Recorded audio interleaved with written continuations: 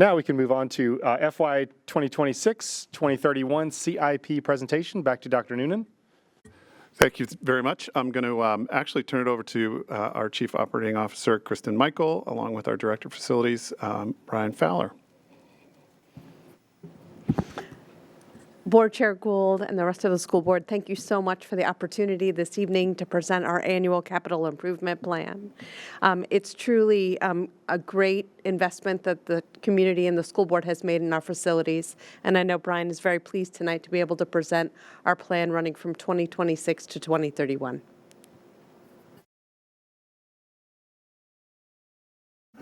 Good evening. Thank you for having me. Again, Brian Fowler, Director of Facilities. It's my pleasure to introduce the next 5-year plan for the capital improvement, which is 2026 to 2031. We start off with giving you what the actual definition of the capital improvement program is. It's an improvement or an addition of a permanent structure to change or restore the property that will enhance the property's overall value.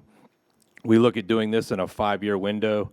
In the upcoming one here, you see we've done the next 5 years, what we've identified, and we use enrollment numbers for the future years that have been introduced to us by the Stephen Fuller Institute.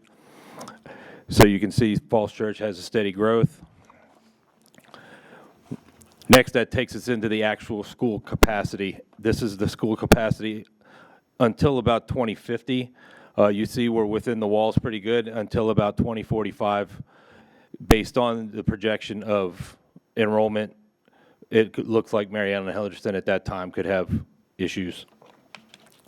Next, we provided a facilities overview to kind of give you an idea of where we're at each school with the roof, the HVAC, plumbing, elevators, the outside, the playgrounds, and all that. You can see that we've done a pretty good job here in Falls Church of keeping this in a good window and replacing things in a timely manner.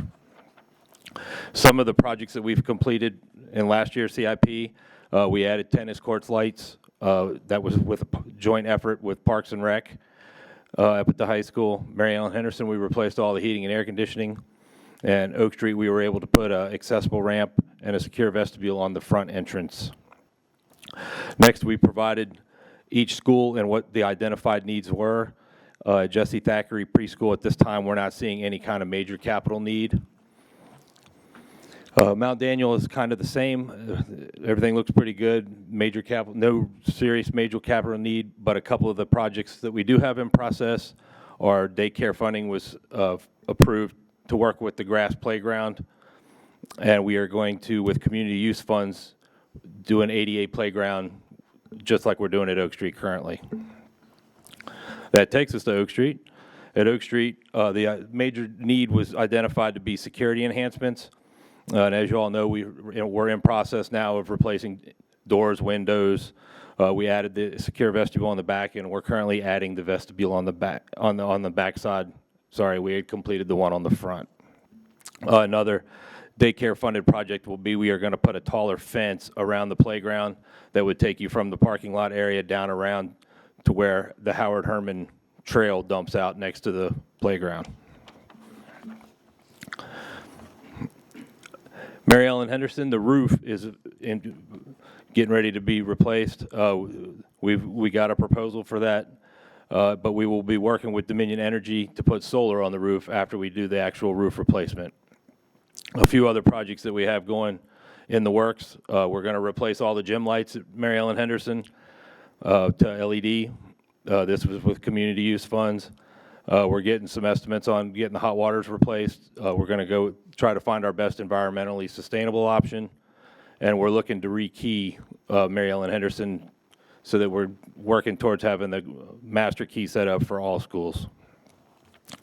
Meridian High School, as you know, the field house and the concession stands, that's been the next project going along with baseball. I know everyone's very excited to get that going, and we're there. We're also looking with replacing the scoreboard at the stadium. Community use funds will match what was raised by athletic boosters. And we're also looking to add a marquee to the secondary campus to put out onto the main road. So that kind of sums up everything I have for you this evening. So with that, the last line shows the complete timeline of the CIP process. So this evening, Brian presented the plan. The school board would be slated to approve it at the January 14th meeting. That approval needs to be done prior to the CIP submission going to the Planning Commission, and the Planning Commission will look at the CIP on February 19th. They will adopt it on March 5th, and then it will become part of the city manager's budget proposal, along with the school board's advertised budget at that point in time. And then City Council will adopt the budget for fiscal year '26 on May 12th, 2025. Great. Thank you, Mr. Fowler. Thank you, Ms. Michael, for the presentation. Always thorough, and it's appreciative of the foresight and the understanding of the planning. I think, obviously, you all are thinking about our schools much farther along than most of us, so we appreciate that.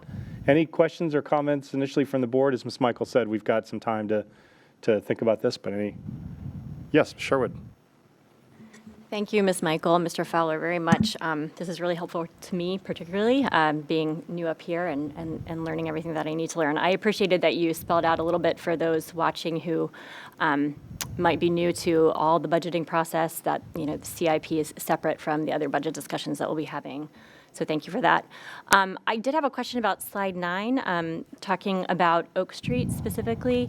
It indicates that the pre-2012 building needs renovations estimated at about $1.5 million with a timeline of 2026 to 2027 based on available funding. And I was just wondering if you could describe a little bit to us about what part of the building specifically is the pre-2012 part, and what kind of renovations you believe are needed. So when you enter the building through the front entrance now, that is the main original section of the building, that hallway and to your right, along with the third floor of that section. So we'll be looking to renovate bathrooms, any kind of classroom, ideas that we need to change around, and we're looking to rekey that building as well. Yeah, Ms. Henderson. Ms. Silverman. Ms. Henderson. Back to Ms. Silverman. Thank you very much for the presentation. When Vice Chair Tyson and I held office hours, we heard from some Oak Street teachers talking about some of the soundproofing issues between classrooms, or I should say lack of soundproofing issues between classrooms. Is that something that would also be addressed in the 2026, 2027? So we're actually looking to address that during the winter break. Okay. We were able to achieve a vendor that believes that they can replace all the walls in that 2-week window. And these are the metal walls that are the accordion walls that were put up years ago. Also in the meeting that I had there, we also identified that maybe where we hung some of the audio equipment, we could probably put it on another wall to get that away from where there was not a classroom before. It was the rooms that they're complaining about now are rooms that were not classrooms before because of growth. Now they're being used as classrooms. So if we move like the new line board to the other side and speakers to the other side, we can probably help address some of that too. Okay, so over winter break, we have a vendor coming in. Will be completed over winter break, or is looking at it over winter break? Nope, they're hoping to have the whole thing wrapped up by the time we return to school after winter break. That's great. And so there's that piece, and then also the classrooms that were not initially intended to be classrooms, and those would also be quote-unquote fixed as well? So anything that would be a bigger project, like in a classroom that doesn't have, some of the ones that they say have the noise issue are already permanent walls. What we're looking to do over the winter break are the temporary accordion walls that were put at some time. They've been there since my kids went to school there. So I don't know when, but those are, I believe there was 11 of them that are going to be replaced. Great. We'll address any other sound issue as we go, and would include that in like the upcoming one for the construction and further down the road. Okay, great. Thank you so much. Of course. Ms. Henderson? Just want to make sure I understand the details here, because there's a lot of great work being done. Everything in this CIP, to my understanding, and this is what I'm asking, is am I correct about this, is already actually funded through various means, except for the renovations at Oak Street, the pre-2012 renovations, and the roof at MEH. Am I understanding that correctly?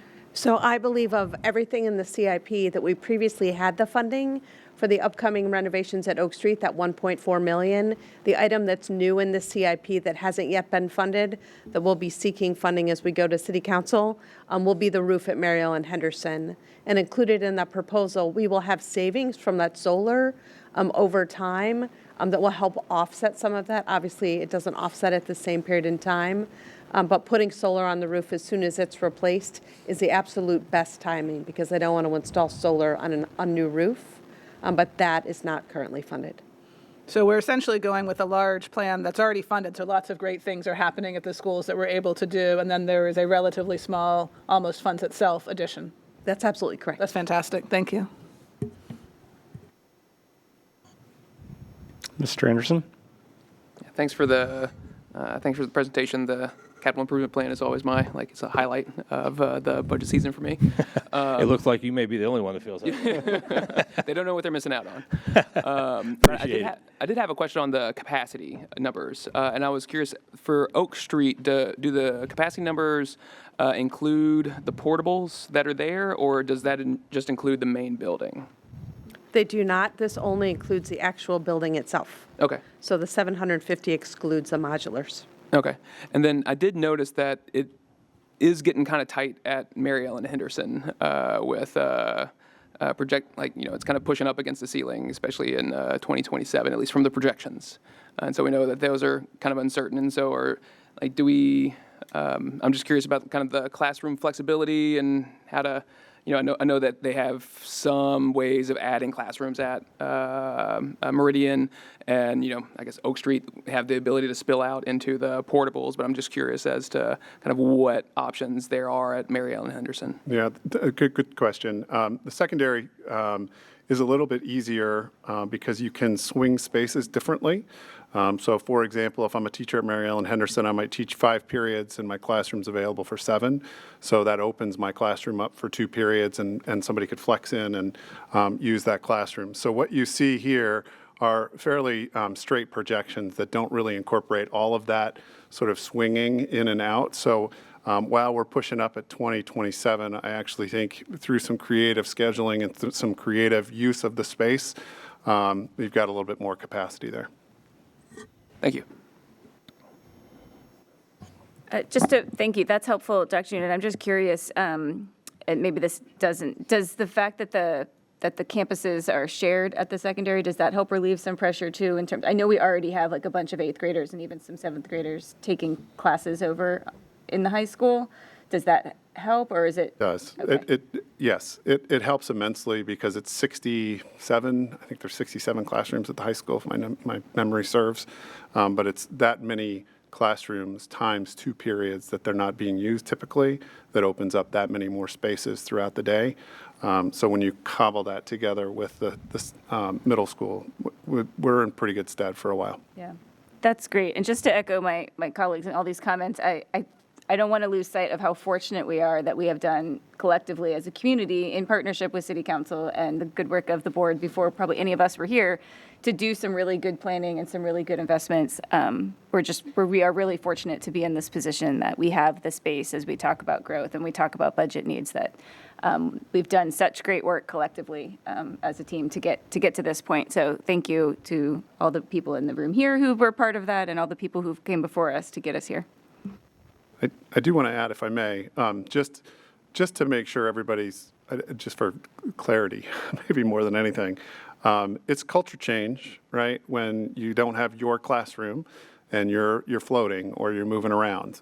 So, for example, one of the ways that you can relieve some of the stress and pressure at Oak Street over time and at Mount Daniel is to do art on a cart, or you can push in music because the art room's now used for classroom instruction. The other room might be used for instruction. So those kinds of things, as we continue to grow, have to be on the table just in terms of conversation so that we get the best use of the building. But again, that's sort of a culture change, and it's not something we've been used to in the City of Falls Church, but every school division that I've ever worked in has it, and it works out. I remember just my own personal experience. One year I taught in 5 different classrooms, and it was okay. My kids came with me, and we had a great time. I have some fond memories as well with my traveling cart that I decorated knock down accessibility ramps. But yeah, any other questions or comments for Mr. Fowler while we have him? All right, Mr. Fowler, we really appreciate, Ms. Michael, as always, really appreciate the planning on this and the presentation. Thank you very Appreciate much your for time. taking the time. Thank you. All right, thanks, sir.